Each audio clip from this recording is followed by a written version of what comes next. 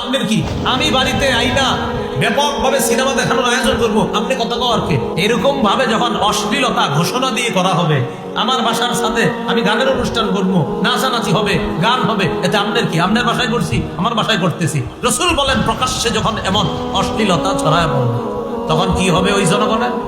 ইল্লা ফাশা ফীহিমুত তাউন ওয়াল আউজাউল্লাতী লাম তাকুন মাযাত ফি আসলাফিহিমিল্লাযীনা মাযাউ, তখন তাদের মাঝে ইল্লা ফাশা ফীহিমুত তাউন মহামারী দেখা দিবে বিভিন্ন।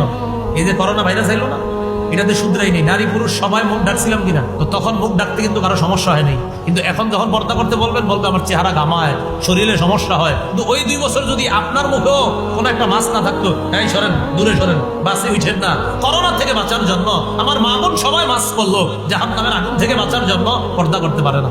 2 নম্বর দেখেন কি কয়, আউজাউল্লাতী লাম তাকুন মাযাত ফি আসলাফিহিমিল্লাযীনা মাযাউ, এমন এমন রোগ দেখা দিবে যেই রোগের কথা আগের জনগণ কোনোদিনও শুনে না। বলেন 50 বছর আগে করোনা নাম কে শুনছে?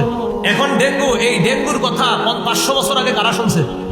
রাসূল বলেন এমন এমন রোগ বিমারি আসবে যেই রোগের নাম আগে কোনোদিন জনগণ শোনে নাই। চিকুনগুনিয়া, করোনা, এরপরে হেলেনা, আয়লা, নার্গিস, সিডর, দোলেনা, মাতেনা, কথা কয় না, কত রকমের নাম আসতেছে। রাসূল বলেন এমন এমন গজব আসবে যেই গজবের নাম আগের জনগণ কখনো শুনে নাই। সামনের দিকে দেখবেন এরকম নাম বের হবে।